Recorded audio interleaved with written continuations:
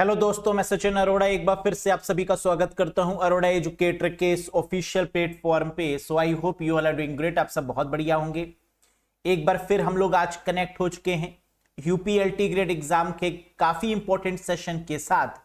और आज का टॉपिक तो बहुत इंटरेस्टिंग रहने वाला है। इंटरेस्टिंग इस सेंस से भी क्योंकि अपकमिंग एग्जाम्स में यानी यूपीएलटी ग्रेड के एग्जाम में हफमैन कोडिंग से क्वेश्चन जरूर आएगा। क्वेश्चन कैसा होगा, किस तरीके का होगा, लगभग यही होगा जो आपको गिवन है। प्रीवियस ईयर में भी पूछा गया था। टर्म्स बदल देते हैं, जो डिजिट्स लिखी होती हैं वो चेंज कर देते हैं, लेकिन हफमैन कोडिंग का क्वेश्चन तो आएगा ही आएगा। क्योंकि चाहे गेट का एग्जाम हो, केवीएस हो, एनवीएस हो, ये क्वेश्चन जरूर पूछते हैं। तो आइए बात करेंगे हफमैन कोडिंग के बारे में। एल्गोरिथम और डेटा स्ट्रक्चर टॉपिक का जो पार्ट है हफमैन कोडिंग, क्या होता है ये, क्यों हम इस क्वेश्चन को सॉल्व करेंगे और कैसे करेंगे, आइए जरा डिटेल में बात करते हैं। अगर आपने यूपीएलटी ग्रेड का सिलेबस देखा है और कंप्यूटर साइंस में डेटा स्ट्रक्चर और एल्गोरिथम की जब हम बात करते हैं तो यहां पर देखो साफ साफ हमें गिवन है। ग्रीडी एल्गोरिथम की जब हम बात करते हैं तो उसमें हमारा हफमैन कोडिंग आता है। क्वेश्चन जो एग्जाम में पूछा गया था प्रीवियस ईयर में वो ये था जो आपके सामने गिवन है। In Huffman coding if the symbol A has probability 0.3, B has probability 0.15, C has probability 0.1, D has probability 0.25 and E has probability 0.2। तो A B C D E की हमें प्रोबेबिलिटी गिवन है और minimum number of bits required to represent all the symbols together. हमसे क्या पूछ रहा है कि हमें मिनिमम कितनी बिट्स की रिक्वायरमेंट है इन सिंबल्स को रिप्रेजेंट करने के लिए। तो अब आप कहेंगे सर क्वेश्चन तो हमने पढ़ लिया, लेकिन ये हफमैन कोडिंग होता क्या और कैसे सॉल्व करेंगे, जरा ये बताइए। बिल्कुल मैं अभी आपको एक्सप्लेन करूंगा, बहुत डिटेल में आपको समझ में भी आ जाएगा। बहुत सारे एग्जाम्पल्स आज मैं लेकर आया हूं हफमैन कोडिंग के, जिससे ये कॉन्सेप्ट छप जाएगा आपके मन में। एग्जाम में जाएंगे तो कहेंगे वाह सर आपने कहा था क्वेश्चन आएगा और आ गया। डिटेल में अगर आप पढ़ना चाहते हैं यूपीएलटी ग्रेड एग्जाम को फोकस करते हुए कंप्यूटर साइंस को बेसिक से एडवांस लेवल तक, तो इस कोर्स से कनेक्ट जरूर हो जाइएगा। क्योंकि आप जानते हैं कि लेवल बहुत एडवांस है, आपको हर एक चीज पढ़नी होगी जो भी आपको सिलेबस में गिवन है। इस कोर्स में आपको videos, PDF, MCQ, mock test, ये सब कुछ देखने को मिलेंगे। कोर्स आप जानते हैं 15 फरवरी से शुरू हो चुका है। इस कोर्स की अगर हम बात करें तो कैसे आप ज्वाइन कर सकते हैं, अरोड़ा एजुकेटर एप्लीकेशन को इंस्टॉल करिएगा। गूगल प्ले स्टोर और iOS स्टोर की मदद से आप इस कोर्स से कनेक्ट कर सकते हैं। क्या प्री और मेंस दोनों करवाया जाएगा यहां पर? जी हां, प्री और मेंस दोनों यहां पर इंक्लूडेड होगा। अगर बात करें कि कोई कंफ्यूजन है, कोई डाउट है, तो कैसे पूछें, व्हाट्सएप नंबर भी आपको गिवन है। इस व्हाट्सएप नंबर के थ्रू डायरेक्टली आप अपनी क्वेरी को मुझसे पूछ सकते हैं। शुरू करें आज के सेशन को। चलिए, लिंक आपको डिस्क्रिप्शन बॉक्स और कमेंट बॉक्स में भी मिल जाएगा, जिस पर डायरेक्टली क्लिक करके वेबसाइट पर भी आप इसको पढ़ सकते हैं, ब्राउजर पर भी इस कोर्स को एक्सेस कर सकते हैं। तो एप्लीकेशन के थ्रू भी और वेबसाइट यानी ब्राउजर के थ्रू भी आप एक्सेस कर सकेंगे अगर नीचे दिए गए लिंक पर आप क्लिक करते हैं अरोड़ा एजुकेटर एप्लीकेशन के थ्रू। यस, चलिए अब हफमैन कोडिंग के दोस्तों अगर हम बात करें तो हफमैन कोडिंग का इस्तेमाल हम क्यों करते हैं? डेटा को कंप्रेस करने के लिए। आप जानते हैं कि अगर आपको कोई बड़ी बड़ी फाइल्स भेजनी होती हैं, जैसे आप व्हाट्सएप पर फाइल्स को भेजते हैं, तो क्या व्हाट्सएप उन फाइल्स को कंप्रेस कर देता है? यस। कोई इमेज है, कोई वीडियो है, कोई ऑडियो है, तो इन सभी फाइल्स को जो व्हाट्सएप है वो कंप्रेस कर देता है। या कई बार आप अलग अलग सॉफ्टवेयर्स की मदद से भी कंप्रेस करते हैं, जैसे विनरैर है, विनजिप है, इसकी मदद से भी आप बड़ी बड़ी फाइल्स को कंप्रेस कर देते हैं। यही है हफमैन कोडिंग का फायदा और कॉन्सेप्ट। यानी Huffman coding is used to compress data efficiently without losing information. बिना इंफॉर्मेशन के लूज किए, बिना इंफॉर्मेशन खोए हम डेटा को कंप्रेस कर पाते हैं, जिस टेक्निक के थ्रू, जिस एल्गोरिथम के थ्रू, जिस डेटा स्ट्रक्चर के थ्रू, वो है हमारा Huffman coding. Making it faster to store and transmit. इसकी मदद से हम बड़े बड़े डेटा को आसानी से स्टोर भी कर सकते हैं। अगर डेटा को कंप्रेस कर लिया तो क्या उस डेटा को लार्ज अमाउंट में स्टोर कर पाना पॉसिबल होगा? यस, ये इसकी खास बात है। हिंदी में भी पढ़ लीजिए। हफमैन कोडिंग का उपयोग सूचना खोए बिना डेटा को कुशलता पूर्वक कॉम्प्रेस यानी संपीड़ित करने के लिए किया जाता है, जिससे इसे संग्रहित और प्रेषित करना बहुत आसान हो जाता है, बहुत तेज हो जाता है। क्लियर है? Very good. हफमैन कोडिंग जो है वो किस तरीके की एल्गोरिथम है? तो आंसर है ग्रीडी एल्गोरिथम है। ये क्वेश्चन भी एग्जाम में आता है कि हफमैन कोडिंग किस प्रकार की एल्गोरिथम स्ट्रक्चर है? तो आंसर है ग्रीडी एल्गोरिथम को ये फोकस करता है। एग्जाम्पल्स के तौर पर compressing the large text files, अगर हम बड़ी बड़ी फाइल्स को कंप्रेस कर रहे हैं इसका मतलब हफमैन कोडिंग का इस्तेमाल कर रहे हैं। दूसरा point, multimedia compression, images, audios, videos, इसे मल्टीमीडिया ही बोलते हैं। और मल्टीमीडिया कंप्रेशन भी क्या है? हफमैन कोडिंग की मदद से ही कर सकते हैं। क्या इतनी बात समझ में आ गई कि हफमैन कोडिंग का मतलब डेटा को कंप्रेस करना, एल्गोरिथम कौन सी? Greedy algorithm. और एग्जाम्पल के तौर पर लार्ज टेक्स्ट फाइल्स को कंप्रेस करना या मल्टीमीडिया फाइल्स यानी ऑडियो वीडियो फाइल्स को कंप्रेस करना ही हफमैन कोडिंग कहलाता है। कॉन्सेप्ट समझ में आया? बहुत बढ़िया। अब क्वेश्चन पे आते हैं। एग्जाम में जो क्वेश्चन हमें गिवन है उसके अकॉर्डिंग हमें कुछ प्रोबेबिलिटी दी होती हैं, कुछ सिंबल्स दिए होते हैं ABCDE या PQRST इस तरीके से, और हमसे पूछा जाता है minimum number of bits required to represent all the symbol together. न्यूनतम कितनी बिट की आवश्यकता होगी? कैसे करेंगे? सबसे पहला काम है आपको, कितने सिंबल्स गिवन हैं? ABCDE, बना लीजिए ABCD। फिर इसके आगे जो प्रोबेबिलिटी गिवन है वो क्या है? 0.3, 0.15, 0.1, 0.25, 0.2। लिख लीजिए इसको। क्या इस प्रकार की एक टेबल आप बना लेंगे? Very good. अब इसके बाद आपका काम क्या होगा जरा देखो। अगर ये टेबल आपने बना ली, फिर इसके बाद आप क्या करेंगे? इस टेबल में जो दो सबसे छोटे नंबर हैं उनको पिक करेंगे। तो इसमें से सबसे छोटे यानी स्मॉलेस्ट दो नंबर आपको कौन से दिख रहे हैं? तो आपने कहा सर एक नंबर तो हमें दिख रहा है 0.1, 0.1 और एक 0.2, यानी जो दो छोटे नंबर आपको दिख रहे हैं, सॉरी एक 0.1 है और दूसरा क्या है? 0.2 तो बड़ा हो गया, 0.15 है ना। 0.1 है और 0.15 है, ये दो छोटे नंबर हमें दिख रहे हैं। हम क्या करेंगे? इसकी मदद से बाइनरी ट्री बनाएंगे या बाइनरी सर्च ट्री बनाएंगे। कैसे? देखिएगा। सबसे पहले इन दो नंबर्स को लिख देंगे, एक है 0.1 और एक है 0.15। अब यहां पर पॉइंट का बहुत ज्यादा योगदान नहीं होता है, तो आप इसको ऐसे याद रखिए कि 1 छोटा है और 15 बड़ा है।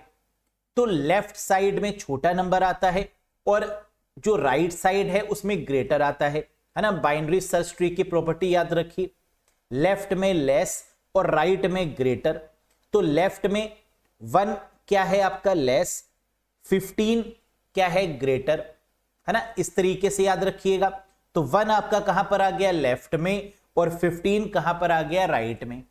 क्या ये बात समझ में आई? Very good. अब इन दोनों नंबर्स को जोड़ दीजिए। 1 और 15 को जोड़ेंगे तो क्या आएगा? 0.25 आएगा।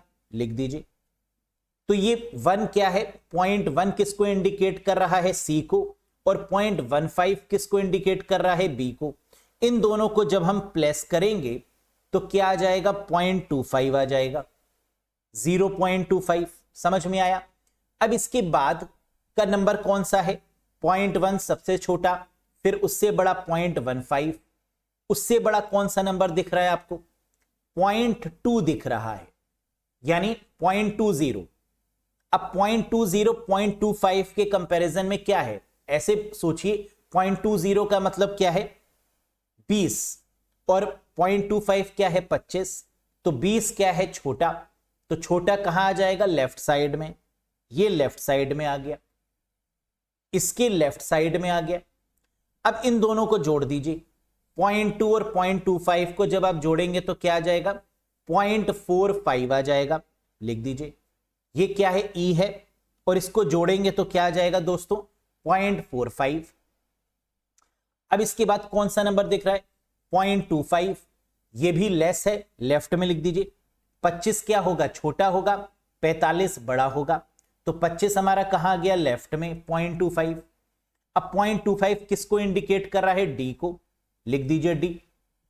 इन दोनों को जोड़ेंगे क्या आएगा, 45 और 25 को जोड़ने पर 70 आ जाएगा। अब 70 क्या कोई नंबर बचा हुआ है, जी हां, ए बचा हुआ है 0.3, ये लिख दीजिए। 0.3 का मतलब 30, 30 क्या होगा, छोटा, लेफ्ट में आ जाएगा। समझ में आ रहा है, ये आ गया आपका लेफ्ट में। 70 और 30 को जोड़ने पर क्या आएगा, 100, यानी 1 कहेंगे, क्योंकि 0.30 0.70 क्या आ जाएगा, 1.00 इनको ऐड करने पर। और हमेशा याद रखिएगा कि जो भी प्रोबेबिलिटी गिवन होगी उनको ऐड करने पर ऊपर 1 ही आना चाहिए। जितनी भी प्रोबेबिलिटी गिवन होगी ऐड करने पर ऊपर क्या आना चाहिए, 1।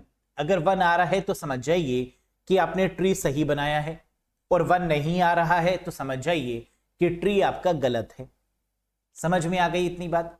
ये कैसे बनाया, समझ में आया ना, कि सबसे पहले 2 छोटे नंबर लिए, उनको ऐड किया, फिर उसके बाद का जो नंबर था उसको लिया, उनको ऐड किया, और इस तरीके से ट्री बनाते चले गए। अब अगला स्टेप क्या होगा, बहुत ध्यान से सुनिएगा। अगले स्टेप पे आपको क्या करना है, जो लेफ्ट साइड है उन सब में 0 0 रख दीजिए। इस ट्री की जो लेफ्ट साइड आपको दिख रही है उसमें क्या करेंगे, 0 0 पुट कर देंगे, और जो राइट साइड आपको दिख रही है उसमें क्या करेंगे, 1 पुट करेंगे। ठीक, तो लेफ्ट साइड में 0 आ गया और राइट साइड में क्या आ गया, 1 आ गया। ये हमने क्यों किया, क्योंकि इसकी मदद से हमें हफमैन कोड पता चलेगा। कैसे, आइए देखते हैं। सिंबल गिवन है, प्रोबेबिलिटी हमें गिवन है, और हफमैन कोडिंग हमें फाइंड करना है, इसीलिए ये ट्री हमने बनाया। अब हफमैन कोडिंग कैसे फाइंड करेंगे, जरा ध्यान दीजिए यहां पर। ए, सबसे पहले हम किसकी फाइंड करने जा रहे हैं, ए की। ए की हफमैन कोड क्या होगा, अब देखो ए कहां पर है, ये है ए। सबसे ऊपर वाली नोड जिसे रूट नोड बोलते हैं, इससे फाइनल करते हैं। स्टार्ट किससे करते हैं, सबसे ऊपर वाली नोड यानी इससे। अब ए देखो कि ए तक कैसे पहुंचेंगे, ऊपर से लेकर नीचे यानी ए तक पहुंचने के लिए क्या रास्ता गिवन है। तो आपने कहा सर बहुत सिंपल, यहां से ए है ना, ये ए है हमारा, पहुंचने के लिए क्या है, 0, तो यानी हफमैन कोड इसका क्या हो गया, 0। समझ में आया। बी क्या होगा, देखो बी कहां गिवन है, ये गिवन है, और अगर यहां से बी तक पहुंचना है तो हमें क्या करना होगा, 1 1 1 और 1, इस पड़ाव को पार करना होगा। तो यहां पर इसकी हफमैन कोड क्या हो गया, 1 1 1 1 लिख दो। समझ में आया यहां तक, क्लियर है। आगे देखो नेक्स्ट। अब क्या कह रहा है, सी। सी हमें कहां पर गिवन है, ये, इसका हफमैन कोड क्या होगा, तो सी का मतलब यहां ये 1 1 1 और फिर 0 है ना, ऐसे ही तो पहुंचेंगे सी तक। तो 1 1 1 0 ये हो जाएगा सी का। Very good. डी का क्या होना चाहिए, जल्दी से बताओ, डी का क्या होगा। तो आपने कहा सर डी के लिए हमें क्या करना होगा, डी कहां गिवन है, ये गिवन है, दिस वन, 1 और 0, तो डी का क्या आ गया, 1 0। ई कहां गिवन है, ये, और यहां तक पहुंचने के लिए हमें क्या करना होगा, ऊपर से शुरू करना होगा, 1 1 0 है ना, ये आएगा ना 1 1 और फिर 0, ये आ गया ये। तो यहां पर आंसर क्या आ जाएगा, 1 1 0। क्या ये हफमैन कोड समझ में आ गया, कैसे निकालेंगे, जैसे ही हफमैन कोड हमें पता चल गया, इसके बाद हमें क्या करना है, टोटल बिट्स फाइंड करनी है। सिंबल, प्रोबेबिलिटी, हफमैन कोड, अब टोटल बिट्स। टोटल बिट तो हम काउंट कर लेंगे ना कि हफमैन कोड में जो बिट्स हैं वो कितनी हैं, 0। ए में क्या है, 0 यानी 1 बिट। बी में हफमैन कोड क्या है, 1 1 1 1 यानी 4 बिट्स। सी में कितनी बिट हैं, 1 यानी अगेन 4 बिट। और डी में कितनी बिट हैं, 2। और ई में कितनी बिट हैं, 3। लिख लो। समझ में आया? पहले सिंबल्स गिवन है, फिर प्रोबेबिलिटी गिवन है। इसकी मदद से हमने हफमैन कोड बना लिया कि हफमैन कोडिंग कैसे बनाया, बाइनरी ट्री की मदद से। ये हमारा हफमैन कोड बन गया। अब हफमैन कोड बनने के बाद में हमने टोटल बिट्स फाइंड कर ली कि कितनी बिट्स यहां पर गिवन है।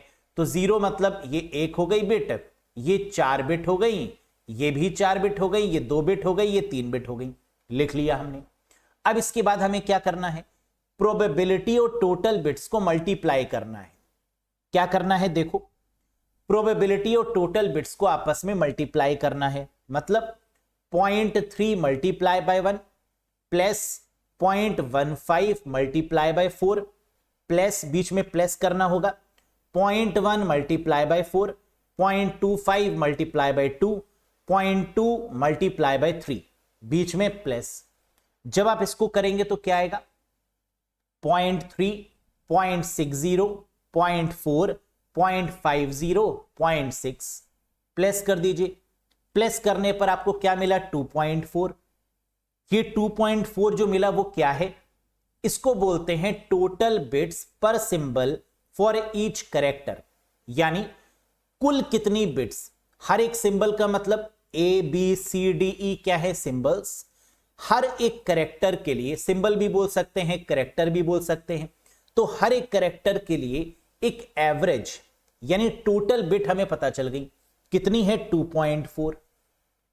तो क्या हम यहां पर मिनिमम बिट्स बता सकते हैं, क्योंकि एग्जाम में क्वेश्चन में क्या पूछा गया था, minimum bits for all symbols. Minimum bit कैसे निकालेंगे, 2.4 मल्टीप्लाई बाय जितने सिंबल्स हैं। कितने सिंबल्स हैं, 5 multiply by 5, answer is 12। Question में क्या गिवन था, ये क्वेश्चन गिवन था कि then the minimum number of bits required to represent all the symbol together is, न्यूनतम कितनी बिट की आवश्यकता है। तो आंसर क्या हो गया, option number C, that is 12। कुछ समझ में आया कैसे किया हमने, चुटकियों में कर लेंगे, है ना। अभी हमें समझाने में टाइम लगा, लेकिन जब आप करने बैठेंगे तो बहुत जल्दी से कर लेंगे। बस समझ में आना चाहिए, विद इन अ सेकेंड हो जाएगा। आइए एक और क्वेश्चन की मदद से इसको समझते हैं। अगर समझ में आ गया है तो ये करो। क्वेश्चन वैसे ही एग्जाम में दिया होगा थ्योरी के फॉर्मेट में, है ना। इसको आपको क्या करना होगा, इस तरीके से बना लेना होगा। तो ये दूसरा क्वेश्चन है, हफमैन कोडिंग। सिंबल गिवन है हमें ABCD, प्रोबेबिलिटी गिवन है 0.11, 40, 16, 0.09 और 0.24। हमें क्या फाइंड आउट करना है, minimum bit for all symbols. और इसके लिए हमें क्या निकालना होगा, टोटल बिट पर सिंबल फॉर ईच कैरेक्टर। पहले ये निकालेंगे, फिर मिनिमम बिट को कैसे फाइंड आउट करेंगे, 5 से मल्टीप्लाई करके, क्योंकि कितने सिंबल्स गिवन है, 5 मल्टीप्लाई बाय 5 कर देंगे। आइए करते हैं, हैव अ लुक। ये हमें गिवन है सिंबल और प्रोबेबिलिटी। ए का ये है, बी का ये है, सी का ये है, डी का ये है, ई का ये है। सबसे पहले क्या करना है, 2 छोटे नंबर्स पिक करने हैं। इस वाली टेबल में से, प्रोबेबिलिटी में से 2 छोटे नंबर कौन से हैं, एक 0.09, एक 0.11, एक 9 है और एक 11 है। लेफ्ट में किसको रखेंगे और राइट में किसको रखेंगे, आपको पता है ना, लेफ्ट में लेस वाला आएगा। तो 9 कम है, 11 ज्यादा है, तो लेफ्ट में 9 आ गया और राइट में 11 आ गया, 9 और 11। और इसमें 9 क्या गिवन है, 0.09 डी है, 0.11 किसको रिप्रेजेंट कर रहा है, ए सिंबल को। इन दोनों को जोड़ दीजिए तो 11 और 9 क्या आ जाएगा, 20, 0.20 आ गया। अब इसके बाद जो छोटा नंबर है वो कौन सा है, 9, 11। इसके बाद 11 से बड़ा नंबर कौन सा दिख रहा है, तो आपने कहा 0.16। अब ये 16 जो है वो 20 के कंपैरिजन में क्या है, छोटा, लेस, लेफ्ट साइड में ले आइए, हमेशा लेफ्ट में ही आएगा ज्यादातर केस में। अब इन दोनों को जोड़ दीजिए, 20 और 16 को जोड़ेंगे क्या आएगा, 36। मार्क ये भी करिएगा कि ये 16 क्या है, 0.16, सी वाला सिंबल है, तो सी भी लिख लिया, और इसको जोड़ेंगे क्या आएगा, 36। अब इसके बाद कौन सा छोटा नंबर दिख रहा है आपको, 0.24, लिख दो यहां पर 0.24। ये क्या है, ई। इन दोनों को ऐड करेंगे क्या आएगा, 36 और 24 को ऐड किया तो आपको मिल गया 0.60। Very good, 0.60। अब 0.60 जो हमें मिला है, इसके कंपैरिजन में हम क्या करेंगे, जो बचा हुआ है 0.40, ये लेफ्ट में लिख दीजिए, 40 वैसे भी छोटा है ना, लेफ्ट में आ जाएगा बी। इन दोनों को जोड़ेंगे क्या आ जाएगा, 1.00। मैंने कहा ना हमेशा 1 आना चाहिए ऊपर टॉप में, 100 आना चाहिए या 1 आना चाहिए। पॉइंट में होगा तो 1 आएगा, पॉइंट में नहीं होगा तो 100 आएगा, है ना, या 10 आएगा, इसी के बेसिस पर। तो इस तरीके से हमारे पास में एक बाइनरी सर्च ट्री मिल चुका है ना, this is the binary search tree. Sum है ना, ये प्रोबेबिलिटी का अगर आप नॉर्मली सम करेंगे तो क्या आएगा, 100 ही तो आएगा। 11, 40, 16, 9 और 24, है ना, सम क्या है, 100 है, तो 1.00। यस, पॉइंट में बोलेंगे तो 1.00 बोलेंगे, 1 बोलेंगे, और अगर बिना पॉइंट के बोलेंगे तो 100 बोल देंगे। यस, तो अब अगर आप यहां पर देखिए, अब नेक्स्ट स्टेप क्या होगा, इसका हफमैन कोडिंग फाइंड आउट करना। कर लेंगे हफमैन कोड फाइंड करना, कैसे करेंगे, लेफ्ट साइड में 0 0 और राइट साइड में 1 1, 0 0 0, और राइट साइड में जितने भी हमको नोट्स हैं उसमें क्या करेंगे, 1 1 1, इस तरीके से। और अब इसकी मदद से हम हफमैन कोड फाइंड कर लेंगे। कैसे, जरा करो। अब आपने कहा कि सर ए कहां गिवन है, यहां पर ये गिवन है, टॉप से शुरू होंगे ऊपर से, तो ए का जो हफमैन कोड होगा वो क्या होगा, 1 1 1 1, यानी 4 बार 1, ये हो गया। बी का क्या होगा, बी कहां गिवन है, दिस वन, और ऊपर से शुरू होंगे तो क्या, 0, तो बी तक पहुंचने के लिए क्या होगा, 0, लिख दो। सी कहां गिवन है, ये, इसका हफमैन कोड क्या होगा, टॉप से शुरू होंगे ऊपर से ही, 1 1 0, है ना, ये आया ना, 1 1 और ये 0, लिख दो। डी कहां गिवन है, ये, इसका हफमैन कोड क्या होगा, 1 1 1 0, 3 बार 1 0, लिख दीजिए।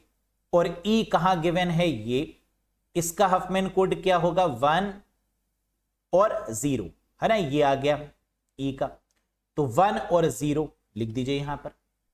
अब हफमैन कोड हमें पता चल गया, तो क्या हम ये बता सकते हैं कि ये टोटल नंबर ऑफ बिट्स कितनी है, जी हां।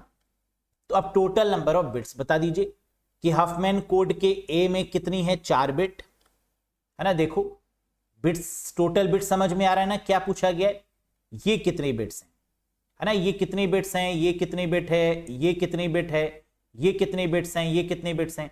तो यहां पर 4 डिजिट्स गिवन है, 4 लिख दीजिए। फिर एक डिजिट गिवन है बी में 0 1 लिख दीजिए। 1 1 0 कितनी है, 3, 1 1 1 0 कितनी है, 4, और 1 0 कितनी है, 2, है ना। तो बिट्स का मतलब कितने नंबर्स गिवन है या कितनी डिजिट्स गिवन है, आप ये भी बोल सकते हैं। तो ये टोटल बिट्स हो गई। अब टोटल बिट फाइंड करने के बाद क्या करते हैं, प्रोबेबिलिटी से टोटल बिट को मल्टीप्लाई कर देते हैं, है ना। 0.11 को मल्टीप्लाई करेंगे 4 से, प्लस 0.40 को मल्टीप्लाई करेंगे 1 से, 0.16 को मल्टीप्लाई करेंगे 3 से, 0.09 को मल्टीप्लाई करेंगे 4 से, और 0.24 को मल्टीप्लाई करेंगे 2 से, प्लस बीच में लगाएंगे, है ना, ये हो गया। अब जब इसको आप सॉल्व करेंगे तो क्या आएगा, 0.44, 0.40, 0.48, 0.36, 0.48, इसको प्लस करेंगे तो क्या आ जाएगा, 2.16। ये 2.16 क्या आया, एवरेज या टोटल बिट पर सिंबल फॉर ईच कैरेक्टर।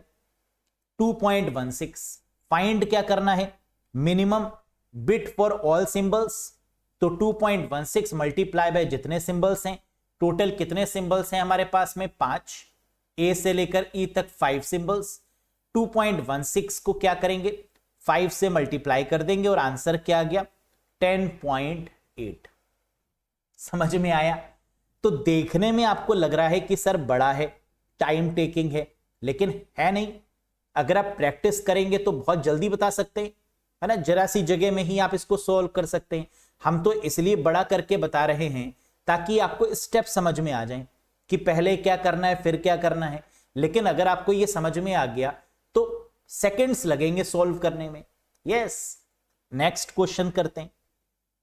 बताओ, हफमैन कोडिंग सिंबल्स गिवन है PQRST 5 सिंबल्स, प्रोबेबिलिटी गिवन है 0.4, 0.2, 0.2, 0.1, 0.1। करो इसको। Find minimum bits for all symbols.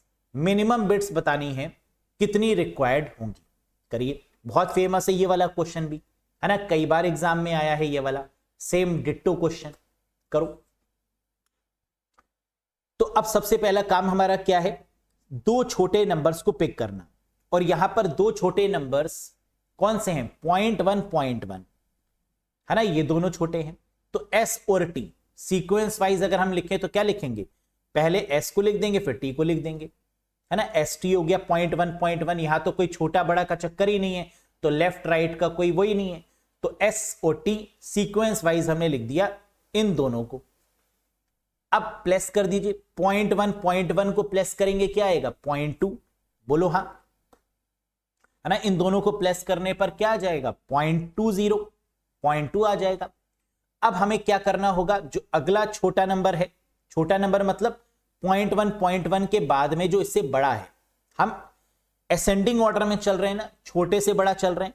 तो अब हमें नंबर गिवन है 0.2।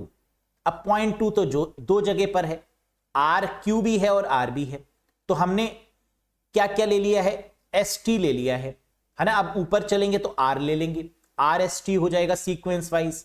तो अब हम क्या लेंगे R, ठीक, 0.2, 0.1 से बड़ा नंबर 0.2, 0.2 यहां पर आ गया R, 0.2 को आपस में जोड़ेंगे क्या आ जाएगा 0.4, जोड़ दीजिए 0.4 आ गया। अब क्या बचा है 0.2 बचा हुआ है, इससे अब 0.2 तो बराबर ही है, तो 0.4 के लेफ्ट साइड में क्या आ जाएगा 0.2 आ जाएगा, यानी Q आ जाएगा। लिख दीजिए यहां पर, इन दोनों को आपस में जोड़ेंगे क्या आएगा 0.6, ऐड करके लिख दीजिए 0.6। अब 0.6 क्या कुछ बचा हुआ है, P बचा हुआ है, तो ये इसके लेफ्ट साइड में आएगा 0.4, लिख दीजिए ये आ गया। और 6 और 4 को जोड़ेंगे क्या आएगा 10, यानी 1 आ गया 1.0। इसका मतलब जो ट्री बना है क्या वो सही बना है, यस, है ना। इसका जो सम होगा वो क्या होगा 10, 4, 5, 6, 7, 8, 9, 10, यानी 1.0 होगा। तो यानी ये जो ट्री बना है ये बिल्कुल वैलिड है। क्या ये बात समझ में आई?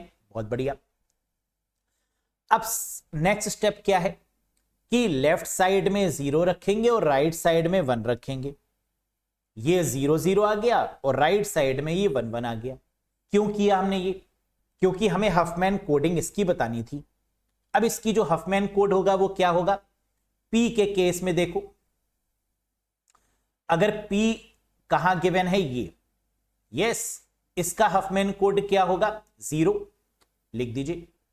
Q कहां गिवन है ये, इसका हफमैन कोड क्या होगा, Q ये है यानी 1 और 0, है ना, ये होगा, लिख दीजिए। R कहां पर गिवन है ये, इसका हफमैन कोड क्या होगा 1, 1 और 0, लिख दीजिए।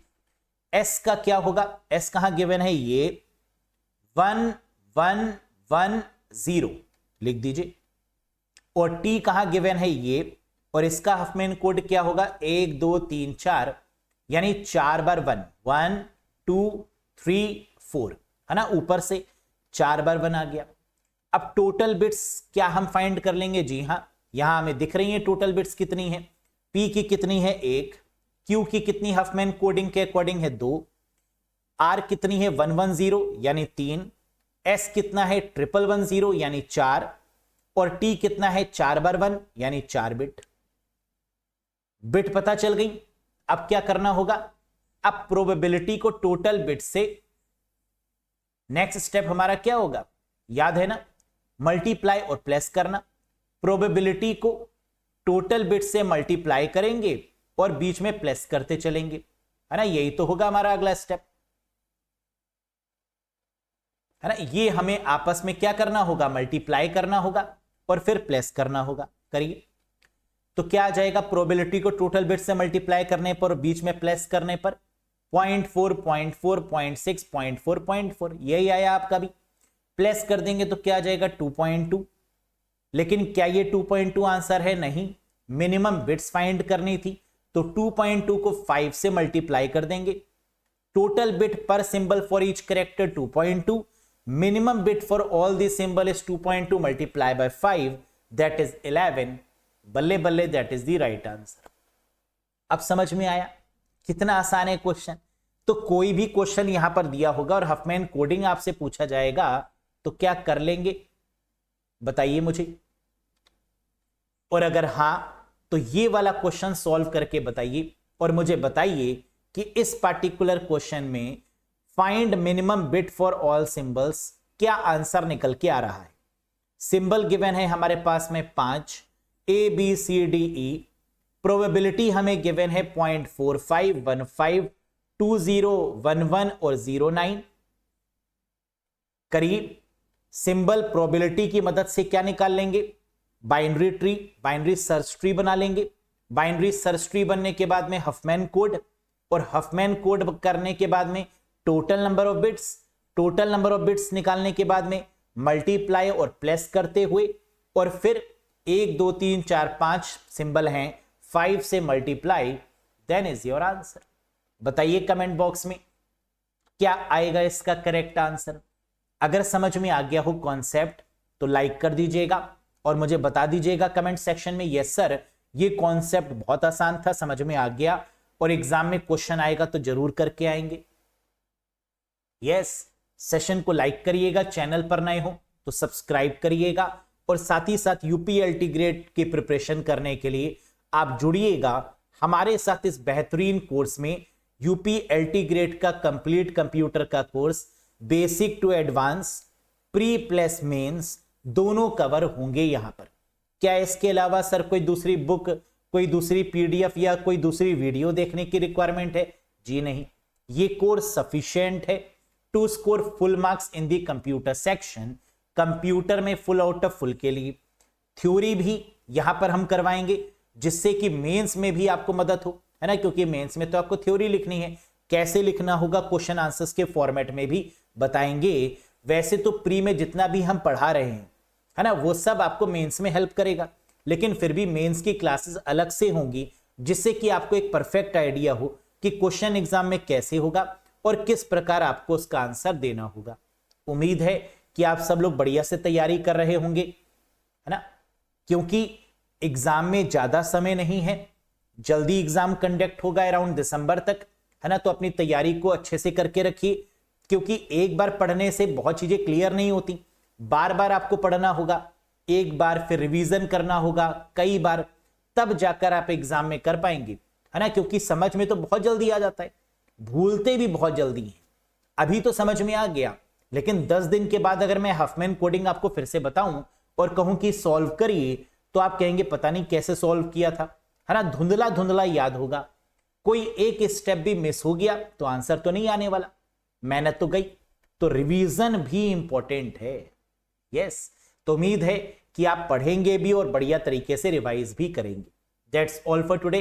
मिलते हैं नेक्स्ट सेशन में एक और इंपॉर्टेंट कॉन्सेप्ट के साथ, कुछ इंपॉर्टेंट एमसीक्यूज के साथ। Till then bye bye and take care guys, thank you very much.